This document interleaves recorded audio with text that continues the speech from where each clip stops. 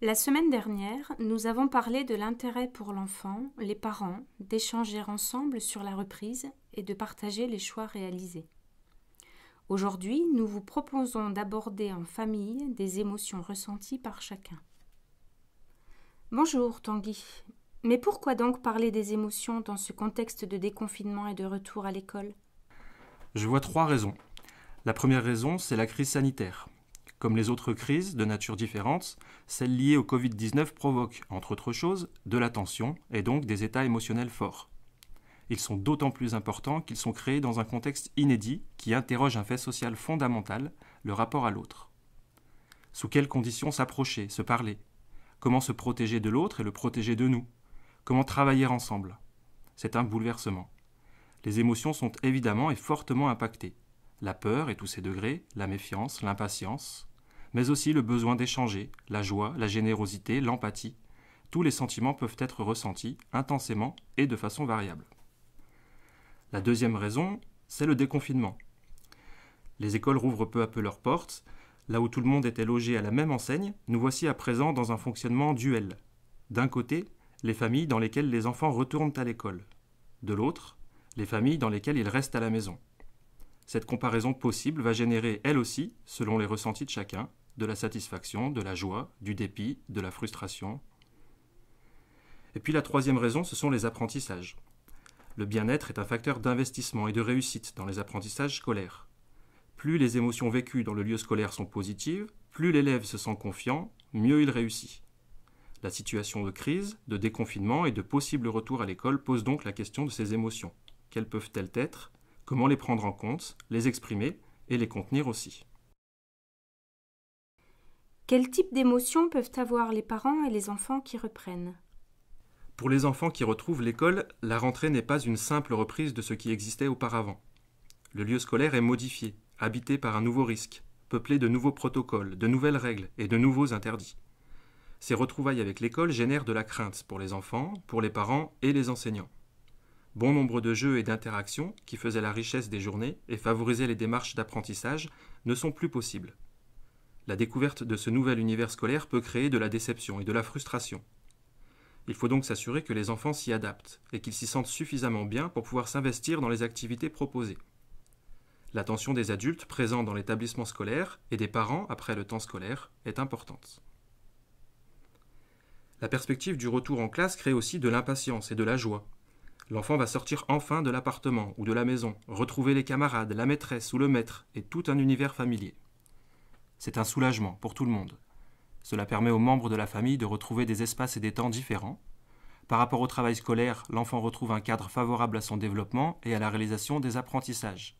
Il retrouve l'enseignant et ses méthodes, sa façon de faire et de faire apprendre. Retrouver l'école ouvre donc à plusieurs émotions positives. Certains enfants ne reprendront pas.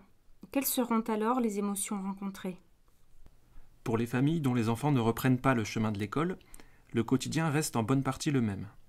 D'un côté, sans doute, un plus grand sentiment de sécurité lié au fait de moins s'exposer aux risques sanitaires.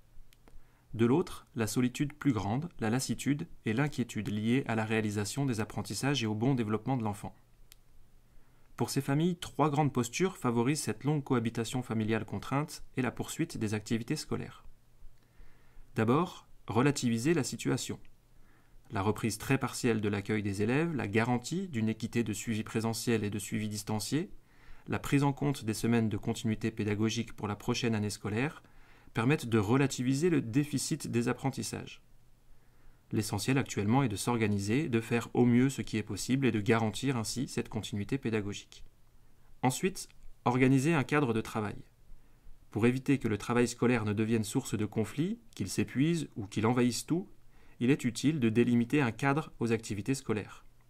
Un cadre spatial, définir un espace de travail, un lieu dédié. Un cadre temporel, identifier des heures travaillées de façon claire et celles qui ne le sont pas. Le contenu de ce cadre, ce qui doit être fait. Ce cadre a tout intérêt à être clair, négocié, co-construit. Plus l'enfant participe à son organisation, plus il y adhère. Enfin, accepter la difficulté de l'apprentissage. Les erreurs et les blocages font partie du processus. Dans le contexte de travail à la maison, l'enseignant est absent.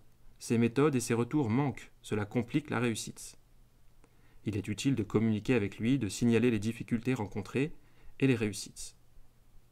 Un changement de type d'activité assez régulier est nécessaire. Interrompre une tâche, ménager un temps de pause sont autant de leviers possibles qui peuvent éviter blocage, crispation, colère. Valoriser le travail fait, en reconnaître la difficulté, féliciter l'enfant pour ce qu'il a réalisé, en termes d'efforts autant que de résultats, est fondamental. Vous avez des petits conseils pour accompagner ces émotions fortes ?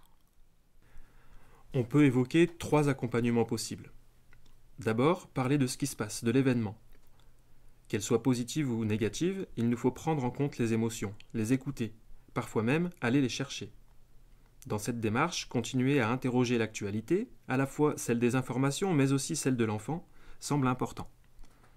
Il n'y a pas de situation qui soit apaisante complètement et tout le temps. La famille représente potentiellement un lieu privilégié pour parler, les établissements scolaires en sont un autre. Ensuite, mettre des mots sur les émotions. Il y a parfois une difficulté, une pudeur, une retenue dans la capacité ou dans la volonté que nous pouvons avoir, nous, adultes, à verbaliser nos émotions aux enfants. Parce qu'on n'en a pas l'habitude, parce qu'on s'imagine qu'un adulte doit être fort, donc jamais fragilisé, parce qu'on pense que n'en rien dire est un acte protecteur. Il nous faut sans doute, en ce moment plus encore qu'à d'autres, libérer notre propre parole et partager avec les enfants des mots mis sur ce que nous ressentons, pour leur permettre plus facilement d'identifier leurs propres émotions, de les partager et donc de les gérer mieux. Enfin, trouver un équilibre entre faire place et contenir. Les émotions doivent avoir une place et pouvoir s'exprimer. Il faut aussi les contenir, les modérer, les apaiser lorsqu'elles sont trop fortes. Et l'un ne se fera pas sans l'autre. C'est donc un moment qui demande une attention particulière à l'autre et à ses proches, à soi-même aussi. Merci pour votre écoute et rendez-vous à la semaine prochaine. Nous parlerons alors liberté retrouvée.